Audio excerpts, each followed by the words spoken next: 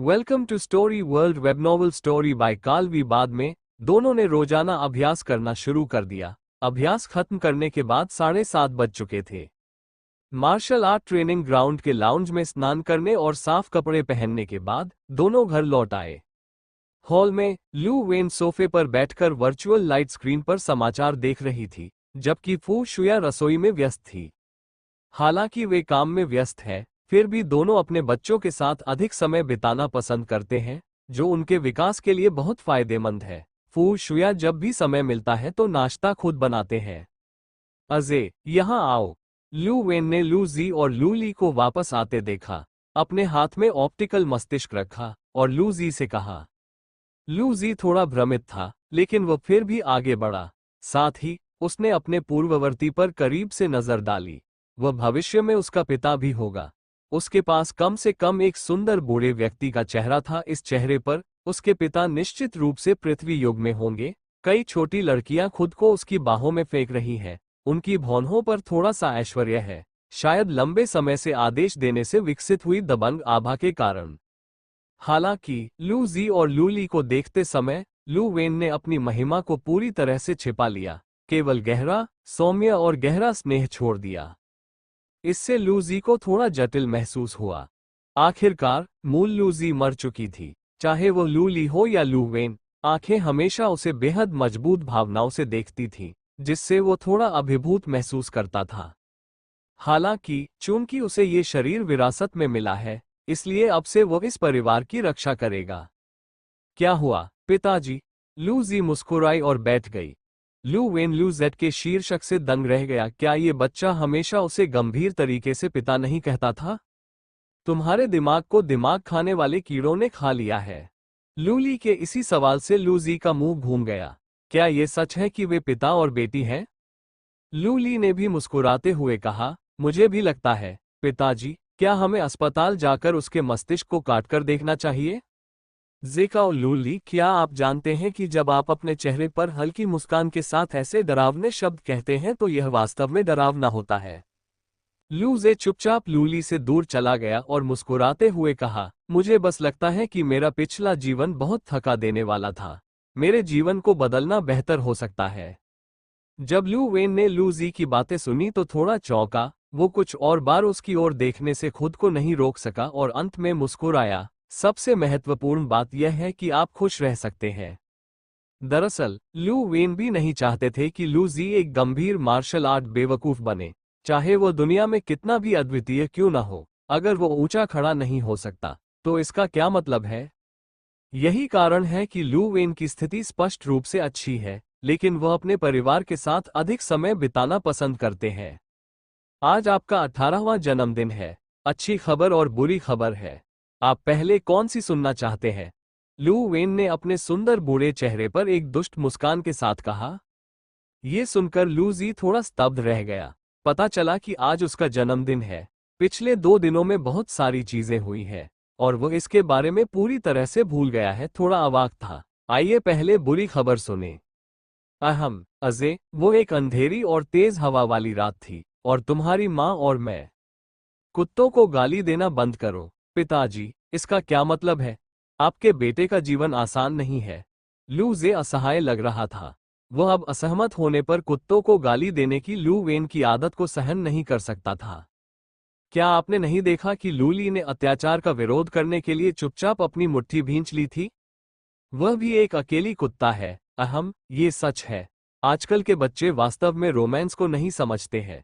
लू वेन ने अपना सिर हिलाया। तो चलिए मुद्दे पर आते हैं। आप हमारे बच्चे नहीं हैं। लू जे, लू ली। फिर अच्छी खबर यह है कि एक दूसरा चाचा है जो चाहता है कि मुझे 100 अरब पारिवारिक संपत्ति या एक निजी गृह विरासत में मिले। चिंता मत करो पिताजी, मैं निश्चित रूप से आपको एक साथ खुशी का आनंद लेने के लिए ले जाऊंगा। एक मुस्कान। हे भगवान, आपने अपने जन्मदिन पर भी ऐसा मजाक किया था। क्या मेरे पिता पिपी झींगा है? दूसरे चाचा कहां से आए? लू वेन ने भ्रमित चेहरे के साथ लू जी की ओर देखा। आप लंबे समय से जानते हैं कि आप हमारे जैविक बच्चे नहीं हैं और अमीर दूसरे चाचा आपसे मिलने आए हैं। लू जे एक पल के लिए स्तब्ध रह गया। लू वेन की भ्रमित अभिव्यक्ति को देखकर उसकी मुस्कान धीरे धीरे फीकी पड़ गई। दोनों ने एक दूसरे की ओर देखा और लू जेड के मुंह का कोना हिल गया। पिताजी, क्या आप गंभीर हैं? लू वेन ने सिर हिलाया, दुर्लभ सुअरों से भी अधिक वास्तविक। लू जी बेहद जटिल मूड में थे। उन्होंने अभी अभी समय की यात्रा की थी और एक आदर्श परिवार, महान माता पिता और एक प्यारी बहन से मिले थे। हालांकि अगले दिन उनके पिता ने उन्हें बताया कि वह उनका जैविक बच्चा नहीं था। समय यात्रा करते हुए उसकी यादें अभी भी बरकरार थीं। ऐसा सम्मिलन था मानो उसने अपने पूर्ववर्ती के जीवन का अनुभव किया हो। जब यह अचानक हुआ तो उसका छोटा दिल इसे सहन नहीं कर सका। क्या ये कोई घटिया टीवी श्रृंखला है? लेकिन सौभाग्य से सामने का शरीर पूरी तरह से ठंडा था, अन्यथा मुझे फिर से ठंडा होने के लिए ऊपर कूदना पड़ता, जो क्रूर होगा। माहौल कुछ शांत था।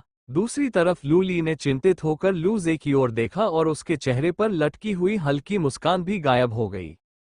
लू जी ने गहरी सांस ली और अजीब तरह से मुस्कुराया। पुरानी खांसी, अच्छी खबर के बारे में क्या? इस समय उन्हें डैडी कहना थोड़ा बेशर्म होगा। लूजी ने अंत में यह नहीं कहा। लू वेन की आंखें चमक उठी और उन्होंने मुस्कुराते हुए कहा, अच्छी खबर यह है, हमारी आहली को देखो। क्या वो सुंदर या सेक्सी है? भले ही तुम आहली का पीछा करो, मैं तुम्हारी टांगें नहीं तोड़ूंगा। आश्चर्य कैसा? आश्चर्य? क्या ऐसा लगता है कि आपने इसे अर्जित कर लिया है? लूजी ने लूली के नाजुक चेहरे और दबंग छवि को देखा और एक पल के लिए सोचा कि यह वास्तव में अच्छी खबर थी। अचानक लूली ने उसे एक सौम्य मुस्कान दिखाई और लूजी अचानक कांप उठी, सोच रही थी कि यह अच्छी खबर है या नहीं। बेशक, आप अभी भी मुझे डैड कह सकते हैं, जब तक आप चाहें। हमारा परिवार हमेशा 4 लोगों का परिवार रहा है, लू वेन ने मुस्कुराते हुए कहा जब उसने देखा कि लू जी का चेहरा आखिरकार इतना कठोर नहीं था। जहां तक मैंने लू ली का पीछा करने के बारे में कहा, मैं मजाक कर रहा था। मेरी बेटी बहुत प्यारी है। जो कोई भी उसका पीछा करने की हिम्मत करेगा, उसके पैर तोड़ दिए जाएंगे, चाहे वो कोई भी हो। यदि यह लू जी है तो एक को रोकें, यदि यह कोई और है तो 3 को रोकें। जब लू जी ने ये सुना तो उसने लू वेन की ओर अपनी सामान्य प्रशंसा भरी आंखों से देखा, अपना कुछ कठोर चेहरा रगड़ा और मुस्कुराया। मुझे लगा कि ऐसा कहने से पहले पिताजी मेरे साथ संबंध तोड़ना चाहते थे। मैं अभी भी सोच रहा था कि कैसे रहूं बेशर्म। इससे मुझे सचमुच झटका लगा। अगर उसने तुमसे रिश्ता तोड़ने की हिम्मत की तो मैं तुरंत उससे रिश्ता तोड़ दूंगी। रसोई की ओर से एक तेज आवाज आई। फू शुया रसोई के दरवाजे पर खड़ी थी, अपने मजबूत चेहरे पर हल्की मुस्कान के साथ लू जी को देख रही थी। ये स्पष्ट था कि उसने जो कहा था उसे सुन लिया था। माँ, लू जे ने हल्की सी मुस्कान के साथ कहा। हाँ, फू शुया ने अपनी भौहें ऊपर उठाई और लू जी को खतरनाक आंखों से देखा। लू जी एक पल के लिए स्तब्ध रह गया, फिर चिल्लाया और प्रशंसा की। आह, युवा और सुंदर माँ, आपकी सुंदरता सितारों की तरह चमकदार है। आपका स्वभाव आकाशगंगा की तरह सौम्य और सहनशील है। दुनिया में कोई भी शब्द आपका वर्णन नहीं कर सकता है महानता। मुझे घृणा हो रही है, मैं तुम्हें नीची दृष्टि से देखता हूँ। लूली ने अपने होठों को मोड़ा और फुसफुसाया। लूजी द्वारा अपनी माँ की अतिरंजित प्रशंसा के लिए बहुत तिरस्कार दिखाया। यहाँ तक कि फू शुया को भी लूजी की प्रशंसा से थोड़ी शर्मिंदगी महसूस हुई। वो थोड़ा स्तब्ध हो गई, फिर उसने लूजी की ओर अजीब नजरों से देखा और कहा, मेरे प्रिय, तुम्हारा मस्तिष्क खाने वाले कीड़ों ने खा लिया है। PF50। लू ली ने बगल में अपना सिर नीचे झुका लिया और उसके कंधे हल्के हल्के हिल रहे थे। लू जेड के मुंह का कोना हिल गया, असहाय और मजाकिया महसूस कर रहा था। ये तीसरी बार है कि तीनों लोगों के शब्द बिल्कुल एक जैसे हैं। उन्होंने मुस्कुराते हुए कहा, ये कुछ भी नहीं है, मैं सिर्फ अपनी माँ की बुद्धिमत्ता और मार्शल आर्ट की प्रशंसा कर रहा हूँ, जो दुनिया में बेजोड़ है। फू शुया स्पष्ट रूप से बहुत मददगार थी। उसने संतुष्टि के साथ सिर हिलाया। मेरे प्रिय, अगर तुम आहली को पकड़ सकते हो तो मुझे कोई आपत्ति नहीं होगी। इस तरह 4 लोगों का परिवार हमेशा व्यवस्थित रहेगा। लू जे ने महसूस किया कि उसकी ओर से तेज आंखें आ रही थीं और उसके मुंह का कोना हिल गया और वह केवल अजीब तरह से मुस्कुरा सका। उसे लगा कि यह काले दिल वाली महिला उसके लिए कुछ ज्यादा ही थी। इस समय लू वेन ने अचानक आह भरी। हमने तुम्हें शहर के बाहर जिशुई वन के किनारे पर पाया। दुर्भाग्य से हमने कोई उपयोगी सुराग नहीं छोड़ा, अन्यथा हम उन्हें तुम्हें दे सकते थे और शायद तुम अपने माता पिता को ढूंढ सकते हो। जब लू जी ने ये सुना तो वो थोड़ा स्तब्ध रह गया और मुस्कुराते हुए कहा, हालांकि मुझे जीवन देने के लिए मैं उनका बहुत आभारी हूँ। आप मेरे एकमात्र माता पिता हैं। उनके पिछले जीवन में उनके माता पिता भी तलाकशुदा थे और उनके अपने परिवार थे। बड़े होने के बाद वह धीरे धीरे उनसे दूर हो गए। इस दुनिया में उनका जीवन का अनुभव और भी खराब था। जन्म के ठीक बाद छोड़ दिया गया। हालांकि उसके पिता और माँ उसके जैविक माता पिता नहीं है। लू जी ने कभी इतने अच्छे माता पिता नहीं देखे हैं। वे उसके जैविक माता पिता है। लू वेन और फू शुया ने एक दूसरे को जटिल निगाहों से देखा और अंत में फू शुया ने मुस्कुराते हुए कहा, ठीक है, आज तुम्हारा 18वां जन्मदिन है अजय, और तुम आधिकारिक तौर पर वयस्क हो जाओगे। मैं बाद में तुम्हारे लिए कोई भी उपहार तैयार करूंगा। लू वेन ने एक दुष्ट मुस्कान दिखाए, मैं तुम्हारे लिए एक सुंदर लड़की क्यों नहीं तैयार करता? इससे पहले कि लू वेन अपनी बात पूरी कर पाता, फू शुया का चेहरा इतना भावहीन हो गया कि वो सोफे से उठ ही नहीं सका। लू जी पहले तो थोड़ा उत्साहित था, लेकिन जब उसने फू शुया का भावहीन चेहरा देखा तो उसने तुरंत अपना सिर हिला दिया। अपमानित करने का जोखिम नहीं उठा सकते, अपमान करने का जोखिम नहीं उठा सकते। इसे भूल जाओ, मैं इसे तुम्हारे लिए तैयार करूंगा। फू शुया को लगा कि लू वेन बहुत अविश्वसनीय था, इसलिए उसने ये खुद कहा। लू जेड के पास सहमति में सिर हिलाने के अलावा कोई विकल्प नहीं था। चलो नाश्ता करते हैं। नाश्ते के बाद लू जी और लू ली को ड्राइवर चांगयांग नंबर 1 मिडिल स्कूल ले गया। इस युग में एक ग्रह और एक गांव के बीच की दूरी लगभग उतनी ही होती है जितनी पृथ्वी युग में एक गांव की होती है। जब तक एक निश्चित स्थान पर एक वक्रता चैनल बनाया जाता है, तब तक कहीं भी जाने में केवल कुछ मिनट लगते हैं।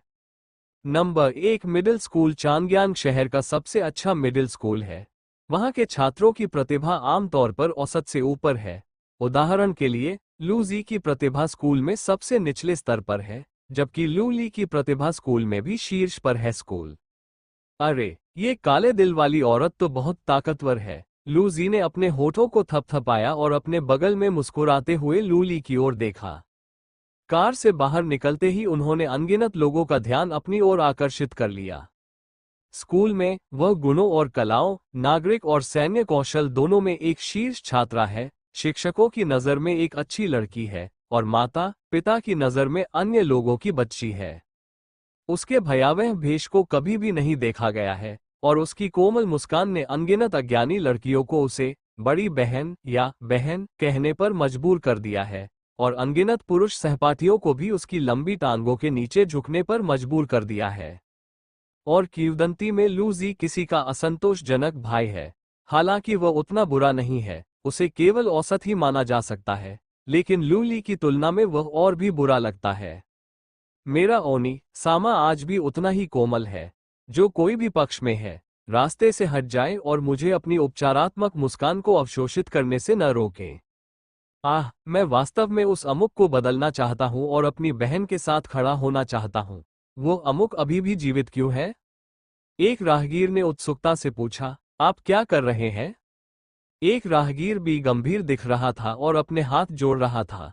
मैं उस सौम्य देवी को श्राप देता हूं जो इस जीवन में झंडा नहीं फहरा सकती। मेरे आसपास कोई पुरुष नहीं होना चाहिए। राहगीर ए, 1 मिनट रुकिए, आप ये गलत कर रहे हैं। राहगीर बी, तुम ऐसा क्यों नहीं सोचते?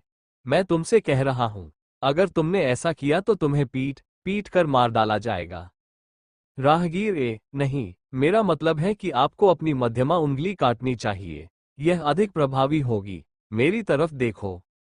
जैसे ही वो बोल रहा था, राहगीर ने अपनी अभिव्यक्ति बदले बिना उसकी मध्यमा उंगली काट ली। लू जे को एक भयंकर नजर दी और फिर अपनी आंखें बंद कर ली। राहगीर बी को ऐसा लग रहा था जैसे उसे कुछ सिखाया गया हो और उसने अपनी बीच की उंगली काटना और आंखें बंद करना सीख लिया हो। लू जेड के चेहरे पर गहरा भाव था। वह वास्तव में किसी को पीटना चाहता था। क्या ये लोग साधना नहीं करना चाहते? वे सभी बेवकूफों का एक समूह है।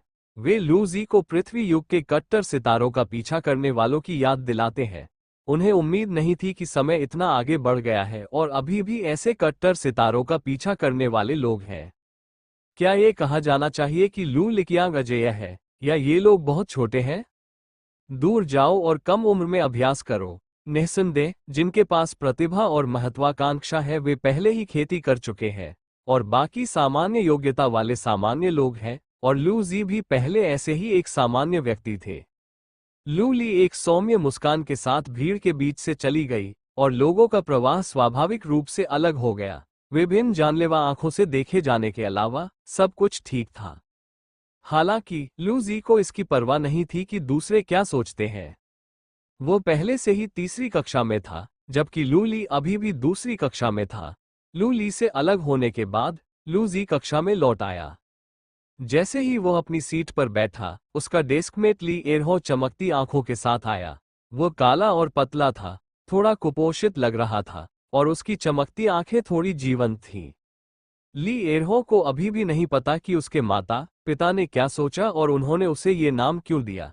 इसके बारे में सोचने के बाद एकमात्र संभावना यह है कि वह वास्तव में अपने माता पिता के दुश्मन की संतान है, इसलिए उन्होंने उससे इस तरह बदला लिया। इस नाम के कारण ही वो एक छोटे बंदर जैसा दिखता है, और वो एक छोटे बंदर जितना प्यारा नहीं है। हर बार जब वह इस संभावना के बारे में सोचता था, तो उसका चेहरा उदास हो जाता था, और वह अपने डेस्कमेट लू जी से बात करना शुरू कर देता था, जिसने एक बार गंभीर मार्शल आर्ट कट्टरपंथी के पूर्ववर्ती को पागल कर दिया था। इसलिए जब ली एरहो ने संपर्क किया, लू जी ने सहज रूप से एक रक्षात्मक मुद्रा अपना ली। पूरी ताकत से इस व्यक्ति की मारक क्षमता जर्नी टू द वेस्ट में तांग सांजांग के बराबर थी।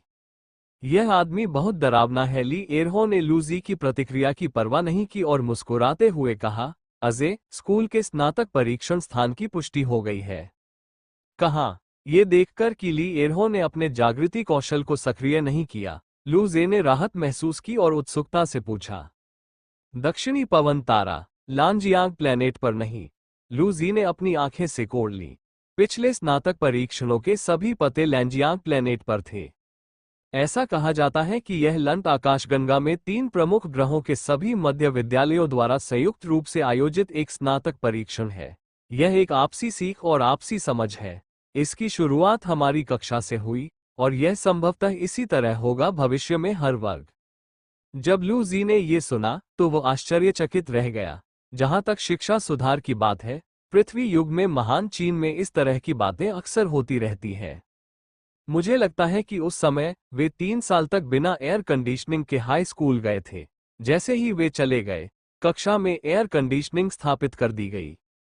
वे अभी भी काफी युवा थे। उन्होंने मूल रूप से कॉलेज में उन्नत गणित का अध्ययन किया, लेकिन जैसे ही वे वहां गए, उन्होंने इंजीनियरिंग गणितीय विश्लेषण का अध्ययन करना शुरू कर दिया। कुल मिलाकर बच्चा दुखी महसूस करता है, लेकिन बच्चा कुछ नहीं कहता। हालांकि लू जी को उम्मीद नहीं थी कि यह इतना बड़ा दृश्य होगा। टैरुन आकाशगंगा जहां लैंजियांग तारा स्थित है, वो सूर्य से भी बड़ा तारा मंडल है। यहाँ के सूर्य को टैरुन तारा कहा जाता है। इसके चारों ओर 33 ग्रह चक्कर लगा रहे हैं, जिनमें 4 जीवन ग्रह भी शामिल हैं। इनमें लैंजियांग स्टार, ब्लैक रॉक स्टार और जिंगपिंग स्टार में इंसानों का निवास है। खतरनाक जानवरों से भरा एक छोटा ग्रह भी है, जो नानफैंग स्टार है। नानफैंग स्टार में कोई विशाल महासागर नहीं है, इसके बजाय ये बड़ी और छोटी खारे पानी की झीलों या मीठे पानी की झीलों से युक्त है। ग्रह बड़ा नहीं है, पृथ्वी का लगभग आधा भाग ही इसमें योद्धाओं के स्तर के बराबर के क्रूर जानवरों का निवास है। उन्हें पैसे के लिए बेचो।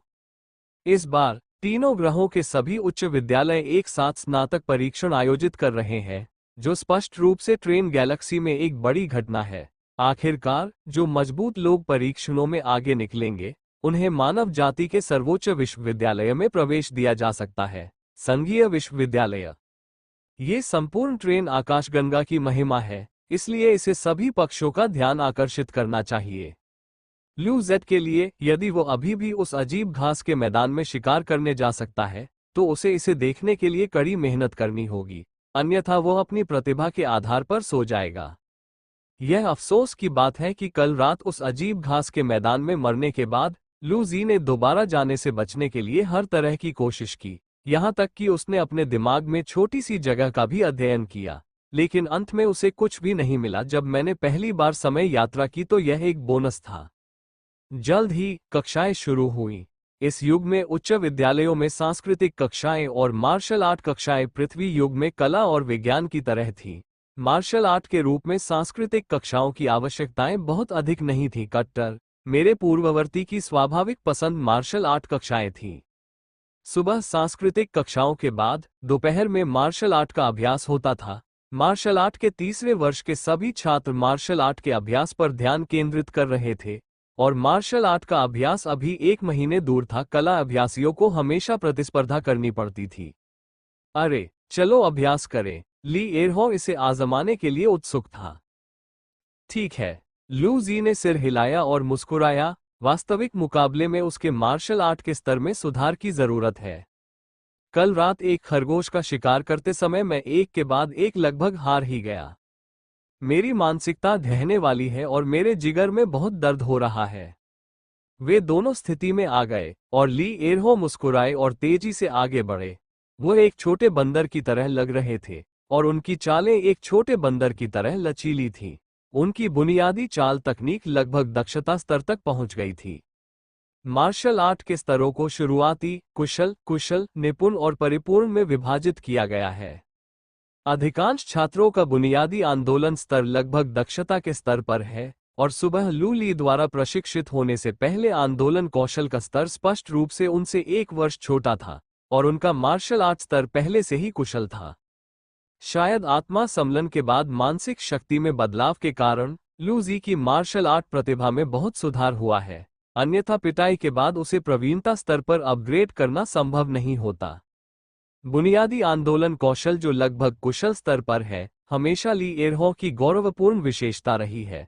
उन्होंने हमेशा माना है कि यह उनकी उपस्थिति के लिए है। आखिरकार लू सहित अधिकांश छात्रों के आंदोलन कौशल उनके जितने अच्छे नहीं हैं जी। हालांकि इस बार लू जी पहले जैसी नहीं रही। उसने ली एरहो के मुक्के को सीधे छाती पर देखा और शांति से उससे बच गया। उसी समय उसका हाथ हिल गया और उसने ली एरहो की छाती पर मुक्का मारा कई कदम पीछे। ली एरहो ने अपनी दुखती छाती को रगड़ा और मुस्कुराया, फिर उसके चेहरे पर हैरान नजर से लू जी की ओर देखा। झो काओ एजेड, आप दवा लेने से कैसे बच सकते हैं?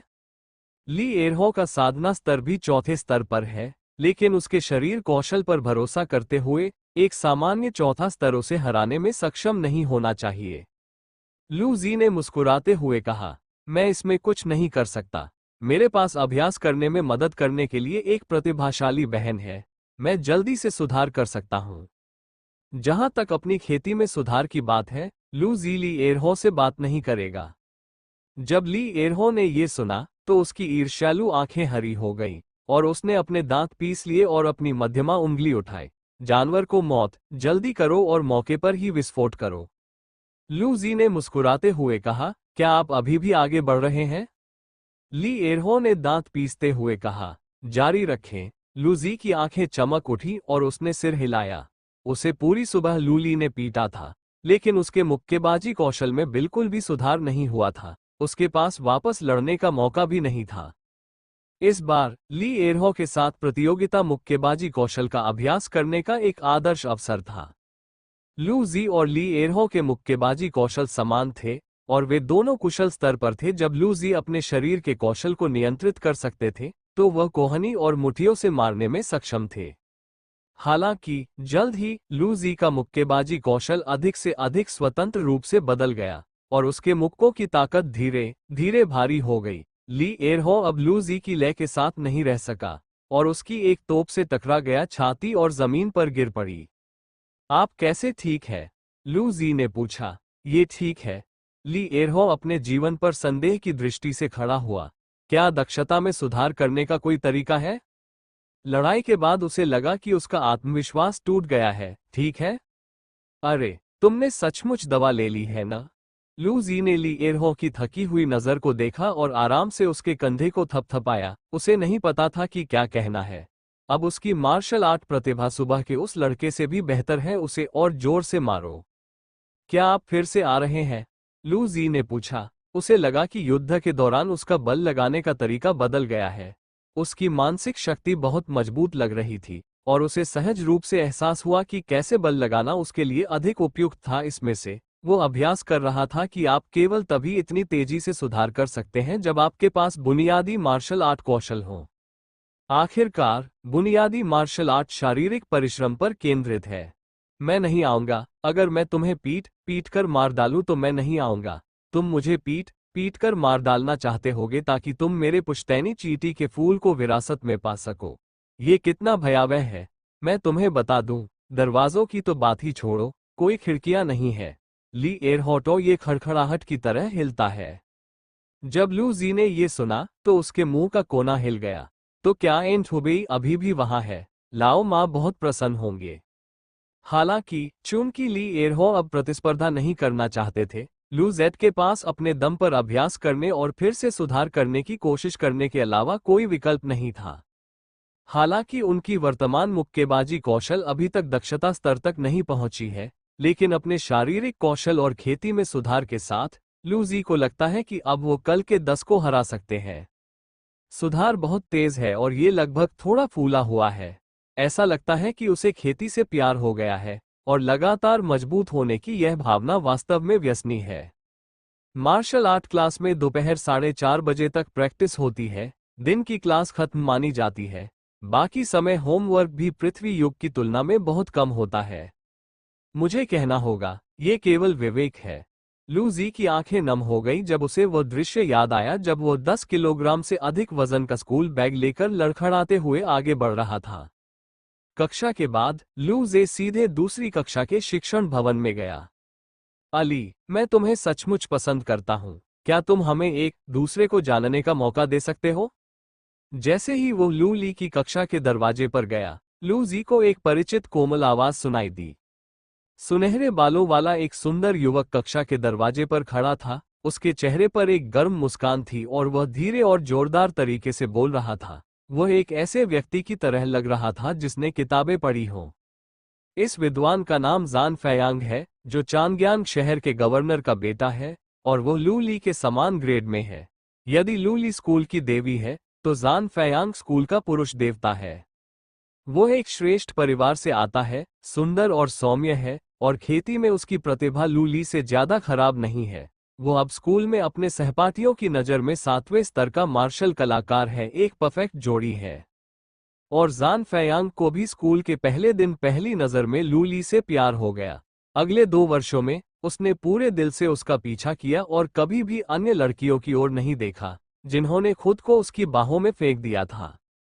यहाँ तक कि लू जे भी उसकी थोड़ी प्रशंसा करती है। वो एक अद्वितीय अच्छा आदमी है, लेकिन वह उससे थोड़ा सा ही खराब है। जान फैयांग के शब्दों का सामना करते हुए लू ली ने हमेशा की तरह एक सौम्य मुस्कान के साथ कहा, मुझे क्षमा करें सहपाठी जान फैयांग, हाई स्कूल में प्यार में पढ़ने का मेरा कोई इरादा नहीं है।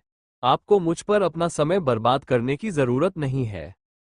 जान फैयांग स्पष्ट रूप से लू ली की अस्वीकृति का आदी था।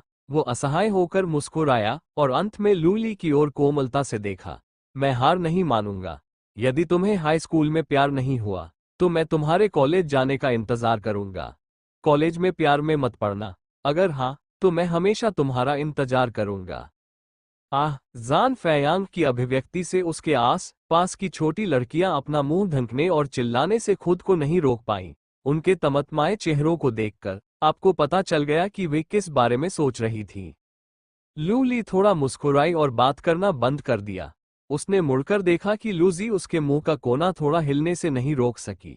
यह आदमी उसे बचाने के लिए आने के बजाय वास्तव में एक शो देख रहा था। उसके चेहरे पर मुस्कान नर्म हो गई और वो लू जेड के पास चली गई। भाई, चलो वापस चलते हैं। इस समय जान फैयांग ने भी लू जी को एक असहाय मुस्कान के साथ देखा। भाई जी, कृपया अली को मनाने में मेरी मदद करें। मैं उसे खुशी देने का वादा करता हूँ। लू जी भ्रमित दिख रहा था और उसने घास अपने हाथ में पकड़ रखी थी। युद्ध की लपटें उस तक क्यों पहुंची? जान फैयांग की आशा भरी आंखों को देखकर लू जे थोड़ा मुस्कुराया। अली की भावनाएं उसे तय करनी है। वो पहले से ही एक वयस्क है। यदि आप वास्तव में उसका पीछा करना चाहते हैं, तो बस उसे स्वयं प्रभावित करें। वैसे ऐसा लगता है कि मैं और लू ली जैविक भाई बहन नहीं है। तो क्या मुझे ये पता लगाने की कोशिश करनी चाहिए? अरे, एक समय यात्री के रूप में आपको अभी भी लड़कियों का पीछा करना पड़ता है। यह उन वरिष्ठों के लिए बहुत शर्म की बात होगी जो ऐसे रास्ते पर चल रहे हैं जो स्वर्ग को अस्वीकार करता है। क्या संतों और चुड़ैलों को खुद को उनकी बाहों में नहीं फेंकना चाहिए और परियों और युवतियों को खुद को तकिए के रूप में सुझाना चाहिए? उसे लू ली की ओर ठंडे चेहरे से देखना चाहिए था और कहना चाहिए था, बैठो और अपने आप आगे बढ़ो। इसे खोलने का ये सही तरीका है ना? ये सुनकर जान फैयांग अजीब तरह से मुस्कुराया और अपने माथे पर थप्पड़ मारा। भाईजी कह रहा है, मुझे देखो, मैं बहुत अधीर हूं। मैं कड़ी मेहनत करना जारी रखूंगा, इसलिए मैं तुम्हें परेशान नहीं करूंगा। इतना कहकर वह मुड़ा और चला गया। जब लूजी ने जान फैयांग के जाने वाले चित्र को देखा, तो लूली ने मुस्कुराते हुए कहा, हर कोई बहुत दूर चला गया है। यदि आपको ये पसंद है, तो इसके लिए जाएं। मेरा मानना है कि एक ही लिंग के लोगों के बीच सच्चा प्यार है। शायद जान फैयांग है, कितना अच्छा कॉमरेड है। ये सुनते ही लू जी का चेहरा हरा हो गया और उसने लू ली की ओर अजीब तरह से देखा। मुझे लगता है कि यह थोड़ा अवैज्ञानिक है, गंदी लड़की। आखिरकार, जब आप समय के माध्यम से यात्रा करते हैं तो क्या आपको किसी खलनायक से नहीं मिलना चाहिए? आप इतने उत्कृष्ट व्यक्ति से क्यों मिले? आप लगभग उसे पकड़ने की कोशिश कर रहे हैं। क्या वैज्ञानिक नहीं है? लू ली थोड़ा भ्रमित था। ये कुछ भी नहीं है। मेरा मतलब है कि आप जैसा भयावह व्यक्ति भी आपको इतने लंबे समय तक पसंद कर सकता है। ये पूरी तरह से अवैज्ञानिक है। लू ली थोड़ा मुस्कुराई और सीधे लूजी की ओर देखा। चलो अब से हर सुबह प्रतिस्पर्धा करें, नहीं तो मैं पिताजी को बता दूंगी कि आप मुझे अपने जैसा दिखने की कोशिश कर रहे हैं। लूजी ने सौम्य और मुस्कुराते हुए लूली को देखा और उसके दिल में ठंडक महसूस हुई। उसने शुष्क रूप से कहा, तुम बहुत जहरीले हो। लूली की मुस्कान नहीं बदली। भाई ने आहली को गलत समझा है। आहली यहाँ भाई से प्रगति करने का आग्रह करने आई है। यह उसकी अपनी भलाई के लिए भी है। इतना कहकर वह मुड़ी और चली गई। चलो घर चलते हैं। आज मेरे भाई का जन्मदिन है। उदास चेहरा मत बनाओ। लू ली की लंबी और सुंदर पीठ को देखकर उसके लंबे काले बाल थोड़े लहराते हुए लू जेड के मुंह का कोना हिल गया और वह निराशा की दृष्टि से उसका पीछा करने लगा। अब उसका लू ली से कोई मुकाबला नहीं है। हर दिन ऐसा करना वास्तव में असुविधाजनक है। अरे, कितना कष्टप्रद छोटा भूत है। जब वे घर पहुंचे तो लू वेन और फू शुया ने लू जेड के लिए जन्मदिन का केक तैयार किया था। जन्मदिन बहुत ही साधारण था। 4 लोगों के परिवार के लिए एक साधारण उत्सव, लेकिन लू जी अभी भी बहुत गर्मजोशी महसूस कर रही थी। एक इच्छा करने और मोमबत्तियां बुझाने के बाद फू शुआ ने एक सुंदर लपेटा हुआ उपहार बॉक्स निकाला और लूजी को दिया। मेरे प्रिय, ये तुम्हारे पिता और मेरी ओर से एक उपहार है। लू जी ने मुस्कुराहट के साथ इसे लिया और कुछ प्रत्याशा के साथ बॉक्स खोला। अंदर अजीब रेखाओं वाली एक मैट काली अंगूठी थी, जो बहुत उत्तम लग रही थी। यह एक अंतरिक्ष वलय है। लू जी की आंखें सिकुड़ गईं। अंतरिक्ष उपकरण महंगा है। भले ही उसका परिवार ऐसी अंगूठी खरीदना चाहे, लेकिन इसमें बहुत पैसा खर्च होगा। लू जी ने अपने दिल में एक जुआ खेला और मुस्कुराते हुए कहा, धन्यवाद मेरी बुद्धिमान माँ। मैं इसका अच्छा उपयोग करूंगा। ओह, वैसे वहां पिताजी भी है। लू वेन के मुंह का कोना हिल गया। अरे लड़के, क्या मेरा श्रम और मजदूरी तुम्हारे लिए आकस्मिक है? फू शुआ धीरे से मुस्कुराया और लू जेड के सिर को छुआ, उसकी आंखों में एक जटिल भाव के साथ। ये तुम्हारा वयस्क जन्मदिन है। अच्छे लड़के, तुम बड़े हो गए हो। अपने बच्चों को वयस्कता तक बढ़ाने के लिए कड़ी मेहनत करते हुए देखकर फू शुया को एक मां के रूप में गर्व और जटिल महसूस हुआ। जल्द ही लू जी का अपना परिवार होगा और वह इससे अलग होने के लिए थोड़ा अनिच्छुक थी। निश्चित रूप से अली और अजय के लिए शादी करना बेहतर होगा, फू शुया ने अपने मन में सोचा। दूसरी तरफ लू ली भी थोड़ी ईर्ष्यालु थी। उसके पास स्पेस रिंग भी नहीं थी, लेकिन चूंकि यह लू जी का वयस्क जन्मदिन था, लू ली ने सोचा कि यह उपहार सामान्य था। लू जी, यह मेरा उपहार है। लू ली ने लू जी को ध्यान से अंगूठी पहनते हुए देखा, अपने मुंह के कोने से उस पर नजर डाली और एक यूएसबी ड्राइव फेंक दी। यह क्या है? लू जी ने कुछ असमंजस के साथ पूछा। साउथ विंड स्टार के क्रूर जानवरों के लिए गाइड। मैंने सुना है कि आप ग्रेजुएशन ट्रायल के लिए साउथ विंड स्टार जा रहे हैं। मैंने सोचा कि आपको खा लिया जाएगा, इसलिए मैंने एक दोस्त से आपके लिए कुछ जानकारी जांचने के लिए कहा। ली मुस्कुराए और बेहद डरावने शब्द बोले। जान फैयांग, लू जी ने अपनी भौहें ऊपर उठाई। महिला। लू ली ने लू जे की ओर देखा। ओह, लू जी ने सिर हिलाया, फिर उसे एहसास हुआ और वह मदद नहीं कर सका, लेकिन दहाड़ते हुए बोला, इस तथ्य के आधार पर धारणा मत बनाओ कि मुझे खा लिया जाएगा। फिर तुम्हें पीट पीट कर मार डाला जाएगा। तुम बहुत कमजोर हो। लू ली ने अपने होठों पर मुस्कान के साथ अपना सिर झुका लिया। लू जी ने चुपचाप यूएसबी ड्राइव हटा दी। उसका लू ली से बात करने का कोई इरादा नहीं था। अगर वह बात करना जारी रखता तो वह निश्चित रूप से इतना क्रोधित हो जाता। उसी समय उसने गुप्त रूप से सोचा कि जब वह ताकत में लू ली से आगे निकल जाएगा तो वह उसे जमीन पर दबा देगा और उसे रगड़ देगा। जब फू शुया ने दोनों के बीच की बातचीत को देखा तो उसने अपनी आंखें सिकोड़ ली और मुस्कुराते हुए कहा, आप दोनों के बीच बहुत अच्छा रिश्ता है। ये देखकर कि दोनों के बीच संबंध इतने अच्छे थे, उसे राहत महसूस हुई। लू जे ने अपना सिर नीचे किया और केक काटा, यह महसूस करते हुए कि उसकी मां को अच्छे रिश्तों के बारे में कुछ अजीब गलतफहमी थी। केक आध्यात्मिक फल से बना था, जो खेती के लिए अच्छा था। केक खाने के बाद लू जे और लू ली को अभ्यास के लिए अपने कमरे में वापस ले जाया गया। विशेष रूप से लू जेड के लिए स्नातक परीक्षा जल्द ही आ रही है और लू वेन और फू शुया को उम्मीद है कि उसे अच्छे परिणाम मिल सकते हैं। स्नातक परीक्षण कॉलेज प्रवेश परीक्षा से 1 महीने पहले संसाधनों के आवंटन से संबंधित है और प्रवेश कोटा प्राप्त करना भी संभव हो सकता है, इसलिए इसे गंभीरता से लिया जाना चाहिए। कमरे में वापस लू जी बिस्तर पर पालथी मारकर बैठ गया और आध्यात्मिक फल द्वारा लाई गई आध्यात्मिक शक्ति को अवशोषित करना शुरू कर दिया। अपने शरीर को हल्का लाल रंग की गेंद के बिना उसकी त्वचा को निखारने का क्षेत्र स्थिर हो गया था और वह केवल जारी रख सकता था अस्थि शोधन के लिए। जल्द ही आकाश में अंधेरा छा गया और कीड़ों की चहचहाहट ने रात के सन्नाटे को तोड़ दिया। लू जेड के कमरे में अंधेरा हो गया और उसने अपनी आंखें कसकर बंद कर ली और खुद को साधना में डुबा लिया। अचानक लू जी ने गुप्त रूप से सोचा और उसकी चेतना अंधेरे में गिर गई। जब उसे फिर से होश आया तो कीड़ों की आवाज गायब हो गई थी और घास की गंध के साथ हवा उसके चेहरे से होकर गुजर रही थी। लू जी की दिल की धड़कन तेज हो गई और उसने अपनी आंखें खोल दी।